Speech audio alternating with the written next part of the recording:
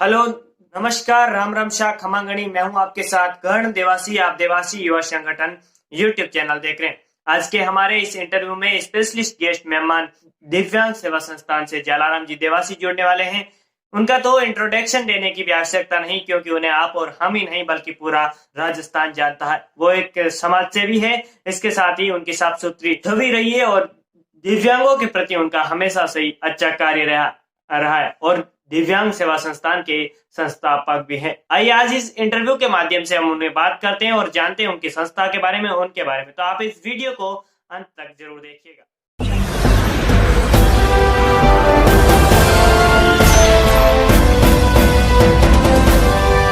जलाराम जी, आप हमारे चैनल पर पधारे, इसके लिए आपका बहुत बहुत स्वागत एवं अभिनंदन।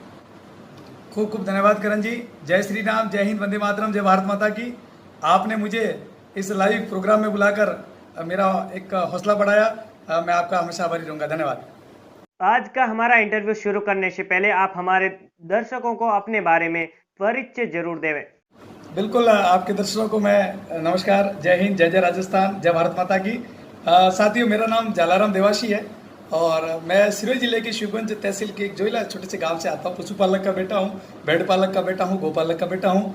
और हमने जमीनी स्तर पे सारी, मैं खुद ही एक दिव्यांग हूँ। 82% मेरी बॉडी वर्क नहीं करती है और तमाम विपरीत परिस्थितियों से घिरते हुए भी हमने हिम्मत और हौसला और जज्बा को जिंदा रखा और दिल में कुछ कर गुजरने की आग को पैदा किया। और लगातार हम लोग इस मानव सेवार्थ और राष्ट्र सेवार्थ के इस कार्यक्रम में आगे बढ़ रहे हैं। आप सबके आशीर्वाद से पालिका के हाउसिंग बोर्ड में एक ऐसा जो हमने एक मानव सेवार्थ के महातीर्थ की स्थापना की है, जहां पर प्रदेश के जो मंदबुद्धि जो दिव्यांग बालक होते हैं, जिनके घर पे कोई प्रवेश करने वाला नहीं होता है, जो दर दर की ढाणियों में ठोकरे खाते हैं, ऐसे बच्चों की सेवा करने का आदरणीय करण जी हमने बीड़ा उठाया है और वो आपके सहयोग से आगे बढ़ रहा है।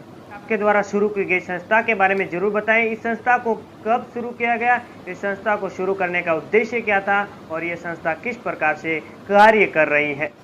दिव्यांग सेवा संस्थान, क्योंकि मैं खुद ही दिव्यांग हूँ और दिव्यांग की पीड़ा को भली भांति मैंने महसूस किया और उनकी मदद करने का हमने 2016 में बीड़ा उठाया। 2016 से हम लोग लगातार दिव्यांगों की सेवार्थ में पूरे राजस्थान में कार्यशील है।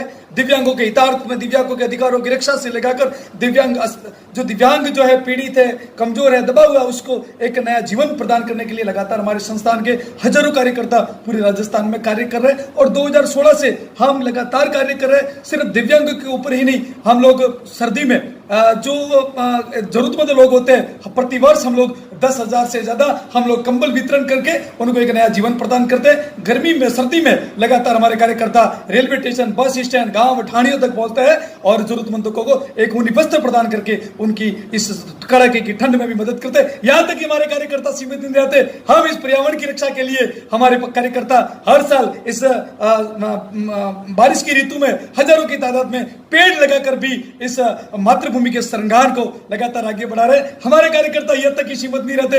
हमारे कार्यकर्ता प्रतिवर्ष लगभग 1,000 के आसपास ऐसे जो आंखों से पीड़ित जो लोग हैं, उनको हम लोग गांव और ठाणियों तक पहुंचकर उनके आंखों के निःशुल्क कैंप की व्यवस्था करवाकर उनको दिव्य दृष्टि देने का भी कार्य करता है। करण जी, हमारे कार्यकर्ता यहाँ तक ही सीमित नहीं रहते। इस कोरोना संकट काल में भी हमारे कार्यकर्ताओं ने घर घर, गांव, ढाणी ढाणी जाकर जरूरतमंद लोगों को राशन, दवाई, कपड़ा से लगाकर तमाम सारी व्यवस्थाएं प्रदान की है। और विशेषकर ऐसे निराश्रित दिव्यांग परिवार, उनको आज भी हमारी दिव्यांग सेवा संस्था खाद्य राशन पहुंचाकर उनकी मदद कर रही है। करण जी, हमारी संस्था यहाँ तक ही सीमित नहीं, हमारी दिव्यांग सेवा संस्था ने गांव और ढाणियों से ऐसे निराश्रित बच्चों को भी, जिनके परवरिश करने वाला कोई नहीं है, ऐसे बच्चों को भी हमने हमारे आश्रम, हमारी संस्था जो पाली में वाकर लाकर उनकी सेवा में हमारी पूरी टीम एक ही मंत्र लेके घूम रही है, एक ही मंत्र लेके लगातार मार्केट में कार्य करिए कि नर में ही नारायण बसता है, मानव में ही महादेव बसता है। इसी उद्देश्य को लेकर हम लगातार आगे बढ़ रहे हैं। आदरणीय करण जी भाई साहब, हमने देखा बहुत बार आप सोशल मीडिया पर लिखते हैं कि दिव्यांगों में भगवान बसते हैं, दिव्यांग ही मेरे भगवान है। दिव्यांगों के प्रति आप दिन रात मेहनत कर रहे हैं, तो इतनी सारी मेहनत करने के पीछे आपको मोटिवेशन कहाँ से मिलता? साथियों, इंसान, भगवान ने अपन को इंसान बनाकर भेजा है धरती पर। सोचने समझने की क्षमता इंसान में भगवान ने दी है। अगर इंसान के काम नहीं आता तो वो जीवन व्यर्थ है। साथियों, दिव्यांग इस देश की सबसे कमजोर कड़ी है, जो कहीं शारीरिक रूप से कमजोर होती है। मैं एक दिव्यांग हूं और मैंने जो प्रेरणा दिव्यांगों की मिली है वो मैंने उस दर्द उस दुख को मैंने खुद ने महसूस किया और जो प्रेरणा मुझे मिली है वो मेरे अंदर से ही मुझे प्रेरित की है कि मैं जो दिव्यांग था और मैं जब वैसाखी पे चलता था, दर दर की ठोकरें खाता था, लोग मेरे साथ कैसे व्यवहार करते थे, मेरे साथ फोटो खिंचाने में लोगों को एक फीलिंग महसूस होती थी, एक नेगेटिविटी, और इस प्रकार से मुझे बाइक पर भी कोई लोग नहीं बैठे थे, कई ऐसे प्रोग्राम फंक्शन होते थे वहां पर भी लोग हमारे साथ बैठकर बातें नहीं करते थे। मुझे इस प्रकार की तमाम ये सारी चीजों से मैं खुद इससे गुजरा हूं, तो मैंने उससे प्रेरणा ली है कि मेरे दिव्यांग भाइयों का इस समाज में किस प्रकार से समाज के लोग व्यवहार करते हैं, उस सारी रूढ़िवादी परंपरा को तोड़ने का, क्योंकि दिव्यांगता भगवान का दिया हुआ वरदान होता है। आप और हम सब लोगों को इसका सम्मान करना चाहिए और हमारे शास्त्रों में भी बताया हुआ है कि मानव सेवा ही सर्वश्रेष्ठ सेवा है और ऐसे दिव्यांगों की सेवा ही एक भगवान श्री कृष्ण की सेवा है। ये सारी जो प्रेरणा मिली है वो प्रेरणा हमने जमीनी स्तर पर उस दर्द को, इस पीड़ा को झेला है और उसी प्रेरणा को लेकर हम लोग आज दिव्यांगों को भगवान का रूप मानकर उनकी सेवा में हम लगातार निस्वार्थ और निडर भाव से आगे बढ़ रहे हैं। आदरणीय करण जी, दिव्यांगों के लिए राजस्थान सरकार एवं भारत सरकार से क्या क्या सुविधाएं मिल रही है या फिर क्या क्या सुविधाएं नहीं मिल पा रही है जो कि मिलनी चाहिए, उसके बारे में आप थोड़ी जरूर बताएं। दिव्यांग एक देश की कमजोर कड़ी है। अपने हकों की लड़ाई के लिए इतनी जो लड़ाई लड़नी चाहिए, क्योंकि ये सत्ताधारी सरकार है, भली बात ही पता है कि इसके लिए जंग लड़के ही अपने अधिकारों को लेना पड़ता है। कई सारे ऐसे आरक्षण से लगा के कई सारी व्यवस्था जिन्होंने जंग लड़ी है उनको सरकार ने उसको लाभान्वित किया, लेकिन देश की सबसे कमजोर कड़ी दिव्यांग होते हैं और दिव्यांगों के हितार्थ में सरकार, किसी भी सरकार की, भले कोई भी सत्ताधारी सरकार है, किसी की नजर नहीं जाती है और वास्तव में आरक्षण से लगाकर सबसे ज्यादा अगर किसी सरकारी लाभ की जरूरत रहती है तो वो दिव्यांगों को रहती है। ये कोरोना काल में भी सरकार ने दिव्यांगों के साथ में भी किस प्रकार का व्यवहार किया, खाद्य सुरक्षा से लगाकर कई प्रकार के जो बजट की भी जो घोषणा विशेष अलग अलग लोगों के लिए की गई थी, लेकिन इस कोरोना काल में भी दिव्यांगों के लिए राज्य सरकार और केंद्र सरकार ने कोई ऐसी व्यवस्था नहीं की कि दबा कुचला विकलांग इस कोरोना संकट काल में अपनी व्यवस्था, उस अपनी आजीविका को चला सके। ऐसे कई सारी तकलीफ जो कहते हैं ना पॉलिसियां है विकलांगों की, लेकिन वो सारी योजनाएं दिव्यांगों की, दिव्यांग के जो सामाजिक न्याय मंत्रालय बने हुए हैं और जिला लेवल पर सामाजिक एक विभाग बना हुआ है, वहां तक ही सीमित रहता है।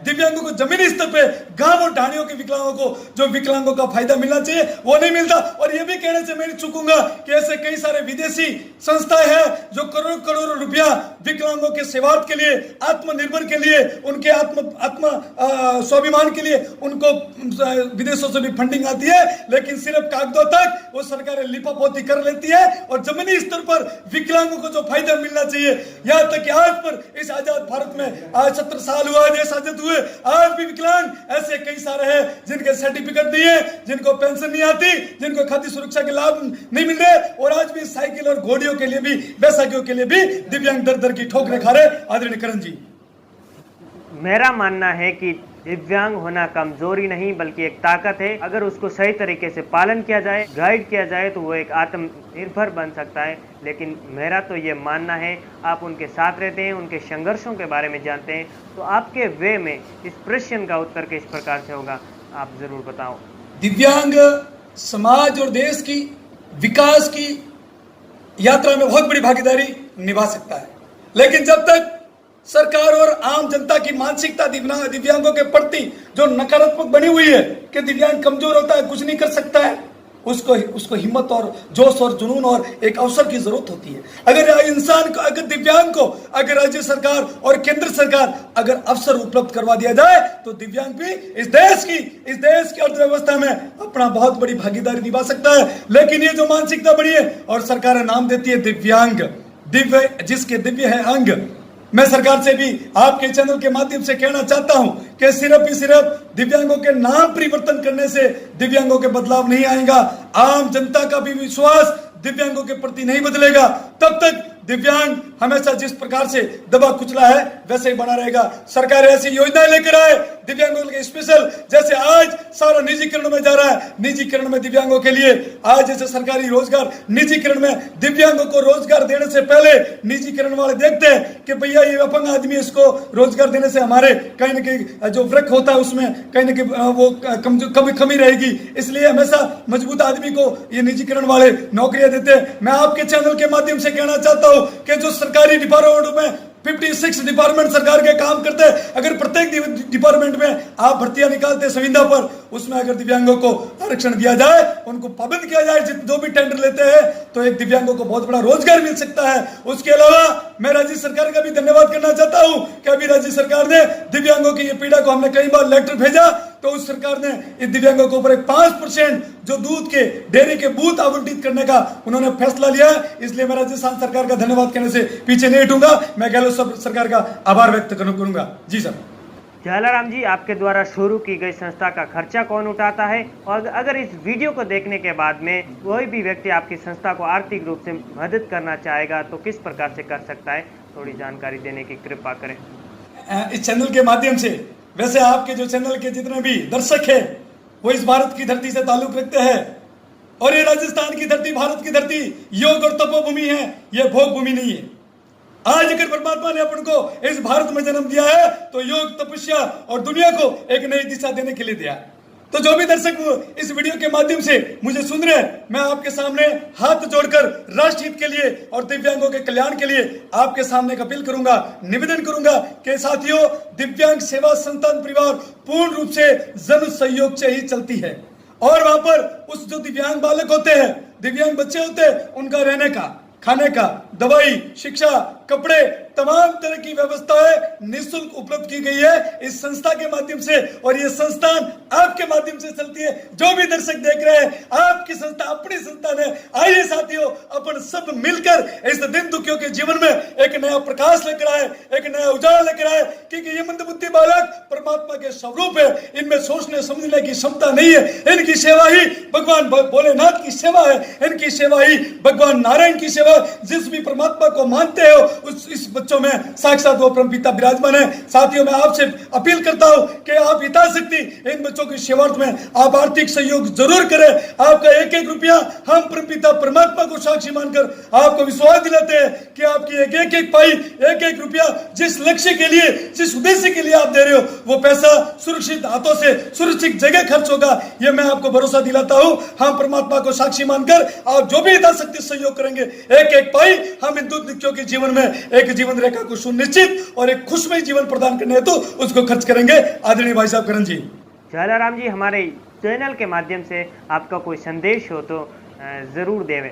इस चैनल के माध्यम से मैं एक ही बात कहना चाहूंगा, मेरे सभी देशवासियों को, हमारे जो भी दर्शक हैं उनसे सभी को कहना चाहूंगा, और विशेषकर नौजवान युवा, मेरे रबारी समाज के जो भी इस चैनल को देखेंगे, और 36 कौम का विश्वास हम लेकर आगे बढ़ रहे हैं, क्योंकि हम जाति, धर्म, पंथ, मजहब सबसे ऊपर उठकर हम सिर्फ मानव सेवा पर विश्वास करते हैं। 36 कौम के सभी बच्चों की सेवा हमारे लिए भगवान के स्वरूप है। मैं इस वीडियो के माध्यम से उन सबको कहना चाहता हूं कि साथियों, आप सभी लोग जो दर्शक हैं वो दानवीर हो, शूरवीर हो।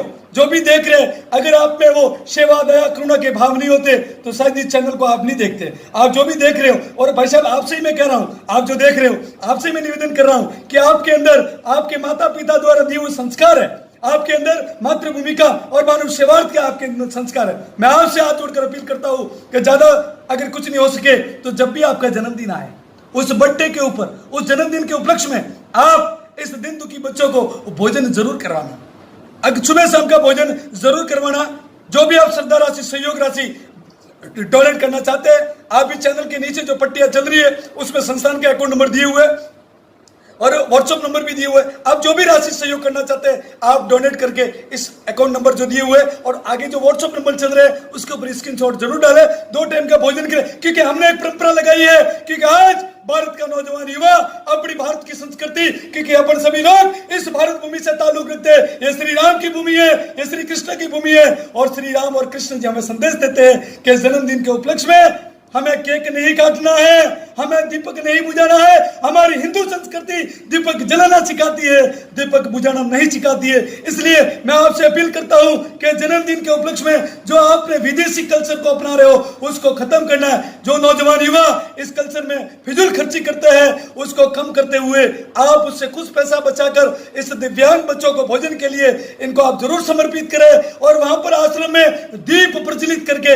आपके लिए खुशहाली की कामना की जाएगी। और दोनों टाइम का भोजन इन बच्चों को जरूर आप कराएं, ताकि इन बच्चों के दिल से निकली हुई दुआएं आपके जीवन में आपको जरूर दीर्घायु तक लेके जाएगी और खुशियों का पैगाम आपके घर पे जरूर आएगा। जरूर भाई साहब। जलाराम जी, आपने हमें समय दिया, इसके लिए बहुत बहुत धन्यवाद एवं शुक्रिया। आपका भी खूब खूब धन्यवाद आदरणीय करण जी। आपने मेरी नहीं करोड़ों करोड़ों दिव्यांगों की आवाज को जन जन तक पहुंचाने का इस चैनल के माध्यम से मुझे अवसर दिया। मैं आपका हमेशा ऋणी रहूंगा। दिव्यांग सेवा संस्था परिवार हमेशा आपका आभारी रहेगा और हम भगवान से प्रार्थना करें कि आपका ये चैनल हजारों लाखों करोड़ों का दर्शक का एक लोकप्रिय चैनल बने और इन बच्चों की दुआएं आपके और आपके सभी दर्शकों के जीवन के खुशहाली लेकर आए, ऐसी कामना के साथ में मैं संस्थापक दिव्यांग सेवा संस्थान जलाराम देवासी आप सभी दर्शकों के माता पिता और आपके सभी के शरणों में नतमस्तक प्रणाम करता हुआ जय श्री कृष्ण, जय भारत माता की, जय श्री राम, वंदे मातरम, जय गौ माता की।